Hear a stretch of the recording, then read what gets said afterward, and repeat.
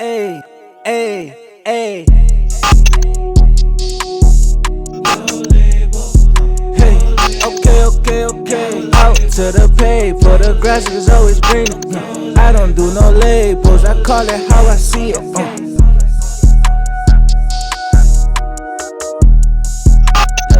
Okay, out to the paper, the grass is always greener. I don't do no labels, I call it how I see it.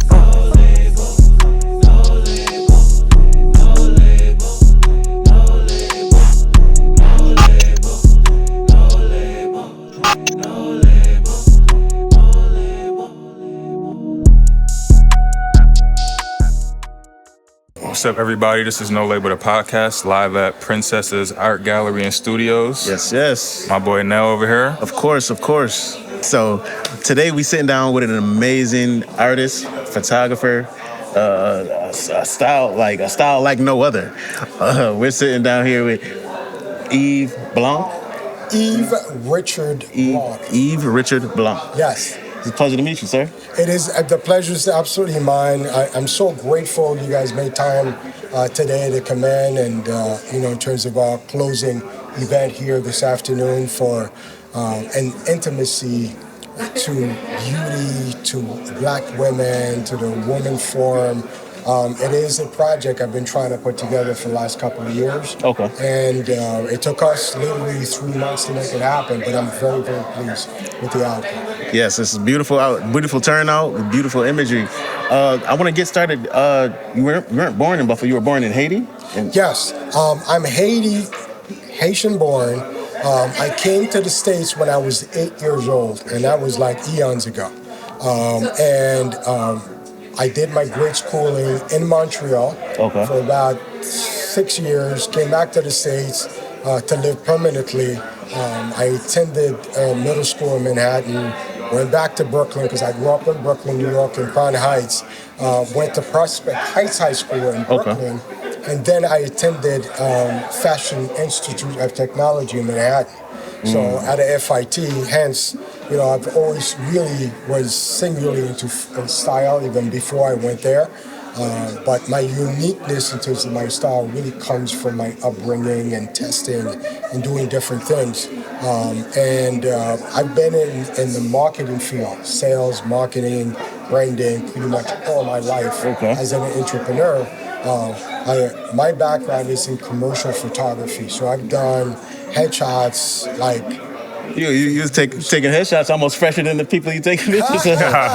Well, thank you very much. I appreciate that. So I do a lot of headshots.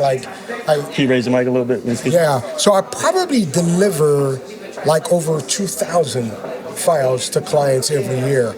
I do corporate branding as well. Some of the largest corporations here in Buffalo are clients of mine. For example, M&T Bank, Bank of America, the city of Buffalo, Delaware North, which is a giant as well, some of the major construction companies. Definitely. And so forth. Some of the largest corporate law firms as well, clients of mine. But I've been, my dream has always been about really doing work on my fine arts division as well. So I moved here from New York City on a contract about 21 years ago. Literally, the former mayor of Buffalo was a friend of mine because he's from New York as well. Yep. And so he invited me to come in and do some work here. It was only supposed to be 6 months. Then, once I got my clients involved, they were here, we set up businesses for them, it was supposed to be 2 years. And then, once we started doing all Buffalo that stuff... stunk his teeth in you. So one of my clients asked me to remain in Buffalo permanently to run the company that I helped him set up. Amazing. And then now, 20 years later, here I am, right? Buffalo's been amazing to me as a Black entrepreneur. So I'm very grateful for this region. Absolutely, yeah. We're thankful for you. Yeah. So this exhibit, Tribute to Intimacy, where did that idea stem from? Where did the inspiration stem from? Well, this exhibit, I've been thinking about it. I am a Black man who's very passionate about uplifting Black women, but really looking at the beauty who they are, the form, the strength, the beauty. My first love, I tell people all the time, is my mother. She's an incredibly strong woman, gorgeous, beautiful, all her life. Even though she's 88 years old now, I mean, if you look at her, she's just still so stoic, gorgeous, and beautiful. And of course, I think I've had way too many other loves of black women. But the mother of my children, again, stunning, and I love all that. I have 2 daughters, so I literally worship the beauty that black women are. And I've been wanting to really create something to uplift with grace and beauty and strength that make really women really sparkle, right? And so that's how I've been really finding the right model to make this dream come true for me. Princessa, who owns this gallery, her and I had been talking for quite a bit of time, and I was telling her I was struggling to find the right individual to work with. And she called me one day and said, listen, I met this young woman. She is so amazing. Her energy is great. She's got a great form. But she's also an artist. She's a model. She's danced before. She's a personal trainer, and she's really fit and everything else. For me, that was not the decision on why I picked her. I met her within 5 minutes. Her energy was just incredible. She understood, the project I wanted to put together. She understood that we were going to create a very safe space to make it happen as well. Within 5 minutes, I had already made up my mind that it was going to be her for us to do this. The only thing is really when we were going to get started, the whole processes. And so that's how it came into fruition last fall. I needed to really recruit some others, preferably, again, black women to be involved in the project, who understood where I was coming from, and we created literally a safe space. We created one of my creative makeup artists who I'd worked with for the last 7 years. So she came in, she visited with her. I told her what my vision was, but again, I allowed her in her own creative form to bring something to the table. And what's the name of the makeup artist? Yeah, her name is C.E. Eaton. And she's really well known around Buffalo. She is a wonderful young woman, and really brought in her thoughts, her ideas. I gave her the concepts that I wanted, but the actual application on how she did it, I allowed it to be her. And for me, I see this more about a collaborative, right? And understanding, even though the vision's mine, the research, the lighting, the photography, the direction, all those things, but these other women really brought their specialty. As a people, we are naturally creative. We come up with incredible concepts, but people don't open up the door to allow us to shine. And if I had the opportunity to do that, this is really what I wanted to do, but not only for the model, for the makeup artist, right, for the gallery owner, and as well for our public relations team, which is the powerhouse PR and creativity, who came on. It took hold of the project on how it has to be managed, how it has to be marketed, how it has to be maintained. So without all 3 of these women, I don't think 4 women actually, I wouldn't be able to have the kind of success that we had with this project. Oh, yeah. Black women will uplift and provide that power and support. Exactly. And I tell people all the time, they are some of the hardest working business women here in this region. But sometimes they don't get the support, that push to help elevate them. And for me, if I can provide that opportunity to them, and they will shine time and time again. And that's all I really wanted to do. And because of them, this project has really gotten some terrific acclaim. Absolutely, absolutely. You mentioned creating the importance of a safe space, right? With such an intimate collection within itself. Can you speak on the importance of safe spaces in creation? Absolutely. I think it's really important. There's so many young women. Again, being a girl dad, I have 2 daughters. My oldest is actually expecting, and she's expecting a daughter. Amazing. So I love to have women around me all the time. I learn, I respect them, I adore them. So everything is really important.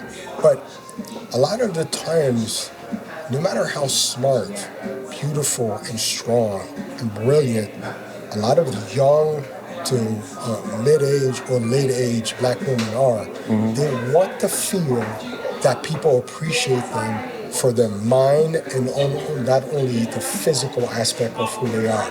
Because they want that space so they can shine within themselves. And for me, it's really important to provide them that opportunity. Having two daughters, like I said, I want them to be very confident in what they do. When they go out there, they're trying to do stuff that they're going to deal with people at their level who have an understanding what they bring to the table, but not how they're bringing it and what sacrifices they have to make. Because they have something to give to this world.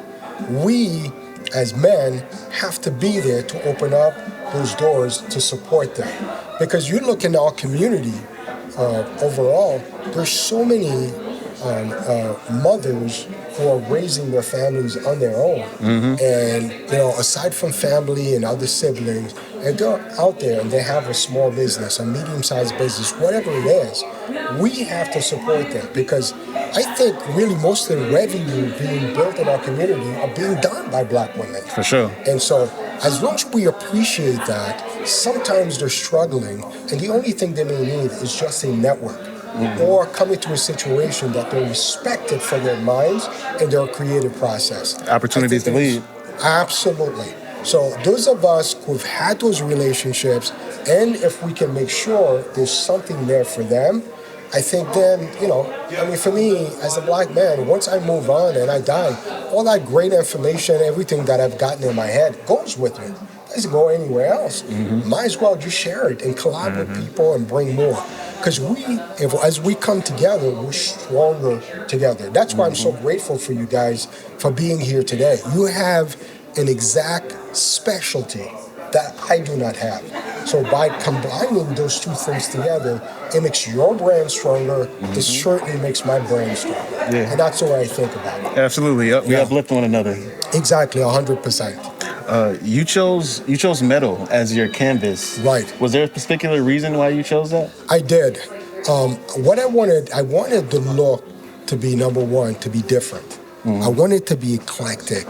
I wanted that wow feel to it. And that's what I've been able to really find out. I love to sit back, even at my shows, to look at people and how they react, they interact, and they connect with my work. And I ran a test with the metal. I looked at canvas. I thought about acrylic, but I felt it was between canvas, very high-end, and the metal. And when I ran the test with my printer, who's here in Buffalo, I said, this is definitely the medium I want to do a lot of my work with. Number one, it's never been done in this manner here in this region. And even online, on the internet or on social media, I've gotten such great feedback on it. So it is a medium that I want to continue to increase and build from in different sizes. And also our next iteration of it will be to add multimedia on top of it as well, to make it almost glow and shine, make it very unique. So as a photographer, I capture a file, I create that lighting, it becomes unique in that moment.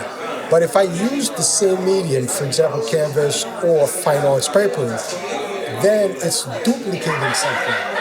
When I use the metal, it becomes unique even if it's the same file I use over and over again. The printing process is not consistent on the metal, which means if I have one file, I can print it 1,000 times, it is 1,000 originals. Once I add that multimedia, it adds even more value for the quality and the systems the way that I do it. Now I add the various shapes to it, the sizes, it still makes it incredible. So this is the reason why I chose that medium. And I think from the feedback I've gotten from a lot of my clients and people who've been to my shows, and I think I made the right decision. Absolutely. Yeah. I believe that. What would you say is your favorite piece that you did for this exhibit? For this exhibit. And I know we talked to embroidery a little bit behind the scenes, so it was 5 or 6 different photo shoots? Right, yes. There was 6 in total. As a matter of fact, one of the shoots, the makeup alone took 4 hours, gentlemen.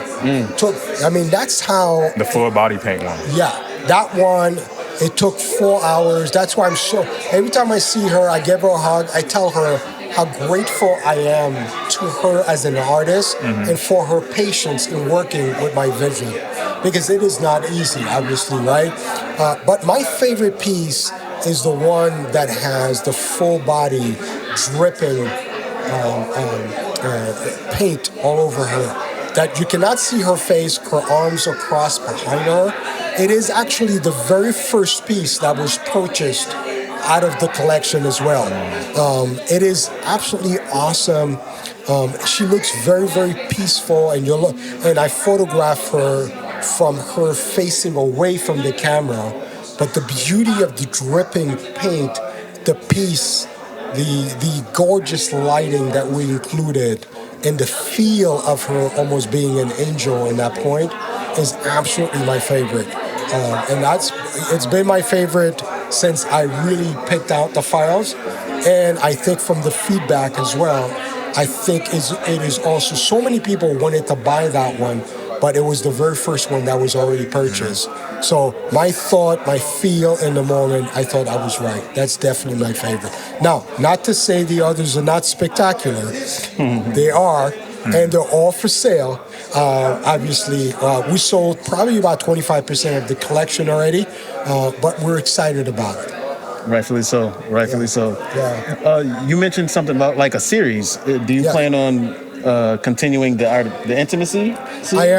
I am. But what I plan to do, the powerhouse PR and creativity who represents us now, not only on the creative side, but also represents us, our public relations. Hidea, who's the CEO, is already negotiating some opportunities for us to take the show to New York City. A couple of suites that we're going to be doing some work down there. She's negotiating some stuff also for me in Toronto. We're looking at doing some rounds not only nationally but also internationally. So these are also, again, we're adding in some multimedia, really elevating the collection so that every city we go to is going to be unique to that city on how we work with it. Nice. So some of the pieces that are not sold from this one, I have 2 other galleries who are interested for me to take the show here in Buffalo. Absolutely. For me to take the show there, and then we'll do some stuff in Brooklyn next, possibly Queens. Since I'm from Brooklyn, I have a huge following there, nice. Which adds value to what we want to do. But I don't know when I'll create a next evolution of the work. I shot maybe 2,000 files off of this and picked out the first 30 that I liked. So this collection is filled with exciting other portraits and amazing work. And so for me, some of the rest of the stuff may be released at a later time. So I want to focus on these and some of this other work that I'm doing. Okay, Yeah. Amazing. If people wanted to look at your artwork, your name of the website is? Well, my name is Yves. It's spelled Y as in yellow, V as in Victor, E as in elevator, S as in Sam, -Richard. So that's my full first name. My name is obviously French Caribbean since I'm from Haiti. Again, my queen, my mother, came up with that name. And so my last name is Blanc. It's B-L-A-N-C. It means white in French. And my website is Blanc Photographie. And photography is spelled in French with an I-E instead of the Y.com. So blancphotography.com. Amazing. Yeah. Amazing. So, and I would also invite a lot of your listeners and viewers to really visit our website and sign up for a bi-weekly newsletter. They'll get a great understanding and idea about our work, what we're doing, what cities we're going to be in, some of the corporate work we're doing, some of our fine arts.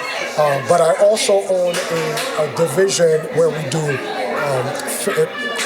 really facility art at a very, very high level. It's mostly commercial. Last year I was in England and I was shooting there for a week. And last summer I spent 2 weeks in Hawaii also shooting for that division. Okay, amazing. Yeah.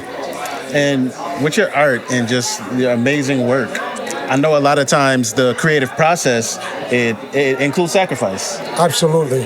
Can you speak on like your re-emergence and your rebrand, Right. the sacrifices you made to get to where you are now? Oh, wow. I mean, it literally started when I was in New York City as a kid.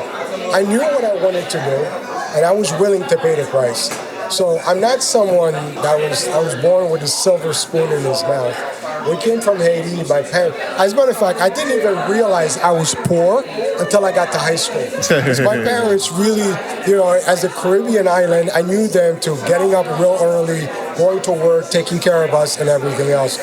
When I got to high school, I realized that other young people had stuff I didn't have access to. So what did I do as a Caribbean American? I got a job. So I went to school and did what I needed to do.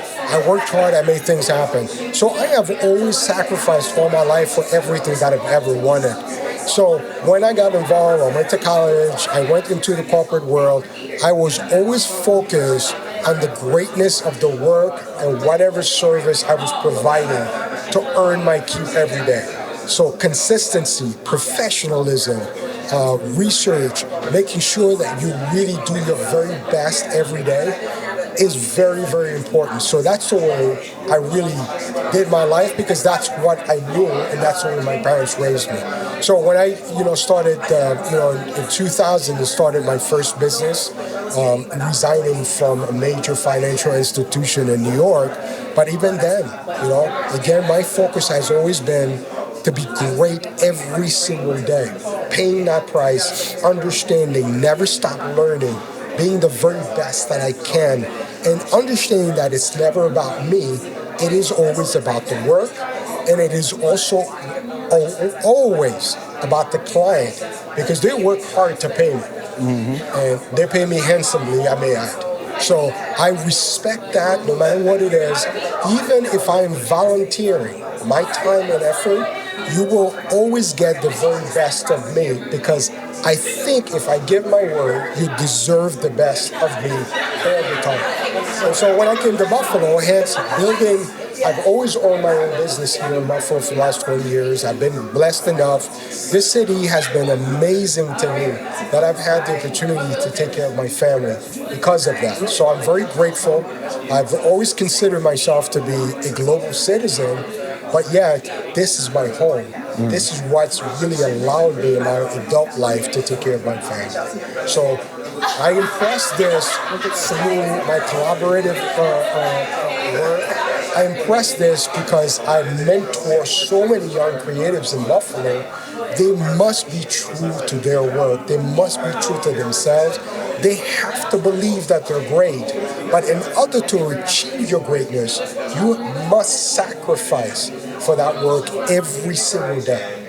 Otherwise, you can get 100,000 people following you on social media. They'll love you because they're your friends, they want to see you do well. None of that stuff will bring you true growth unless you're great at what you do every single day. You gotta pay the price every day. Costs to be the boss. I agree. There's no doubt about that, absolutely. 3 years ago, I had a massive stroke with brain bleed. I almost died. But I'm a fighter even then, right? But it changed my life in the sense, understanding me sharing what I know and what I do with the world, particularly young people. That's why I'm so impressed by you guys and your show. Appreciate you. Doing this for 4 years, people have no idea. They see the show, they see the greatness, the professionalism, everything. They have no idea the amount of work you do in the back end to create something that is worthwhile to the world. And so for me, that's what I want to do. I love this. When I went through my rehab, I didn't have enough art around me.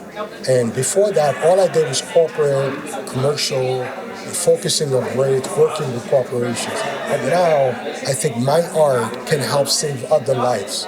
And that's what I'm excited about. Absolutely. No. And just before we wrap up, you recently received the Black Icon Award at the most recent Buffalo Fashion Runway Black Carpet 2 show. Right. So what did that mean to you, especially as I know you definitely like work with them and mentor them as well. Right. So how much of an honor was that to receive the Black Icon Award? It was a tremendous honor. And the reason why is not really because of who I am, what I've done in this community and everything else. I mean, those young guys are like my sons at this point. I've been working with them. I have seen the incredible growth that they've enjoyed in the last year and understanding the price that needs to be paid, just as I was mentioning.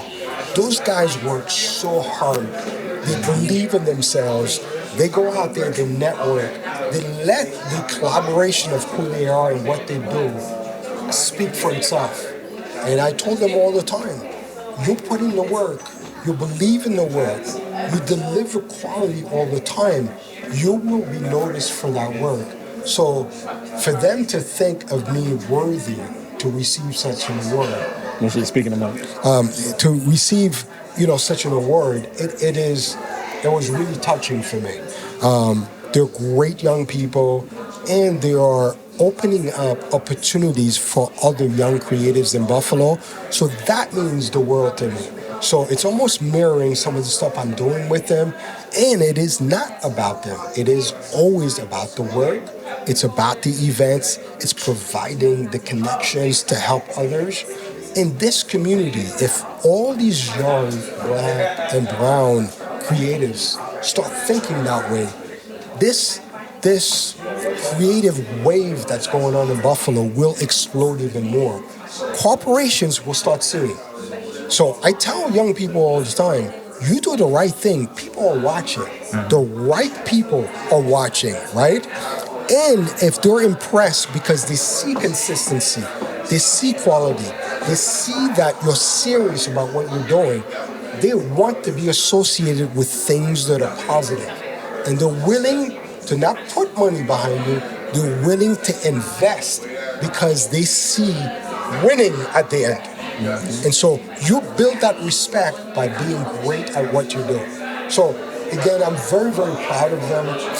I want them to do well for them. I want them to do well because they're a great example to other young creators. So yeah, I was extremely proud. Yeah, absolutely. And for last, any parting advice for up-and-coming creative who wants to express themselves and bring their creativity to the world? What would be your advice to them? Know your greatness, number one. It's not arrogance, right, to know and believe in yourself. Number one. Number two, does not matter what people think or say about you. It doesn't matter. If you create something, you love it, you're creating every day for something you feel. As long as you give your best, every time, 100% of the time, feel great about the work that you produce. And keep pushing the limit of your art all the time. Keep pushing it. Because I tell people all the time, there's 8 billion people on this planet. I guarantee you, one will love what you're doing. For sure. You just have to do the work, put it out there. Put it out there with great vibes. It will come back to you with great energy as well.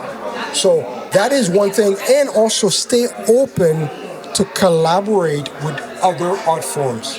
Because 2, 3, 4, 5 people together, you build mass of creativity because you don't know where the next opportunity is going to come from.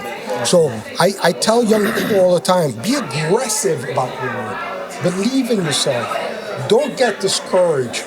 Work hard. And if you're down, it's okay. We have bad days. All of us have bad days. Believe it or not, I have bad days too. I stay down for 30 seconds, maybe 3 minutes. But I'm right back up because I'm pushing, because I know I am the answer. Nobody's coming to save me, right? It's not like I have $1 billion left over somewhere in some investment. So this is what young people have to understand. Even if you're new at the art form, keep pushing all the time. Get someone that can support you, that's a great listener. Talk to other people. get criticized in a positive way.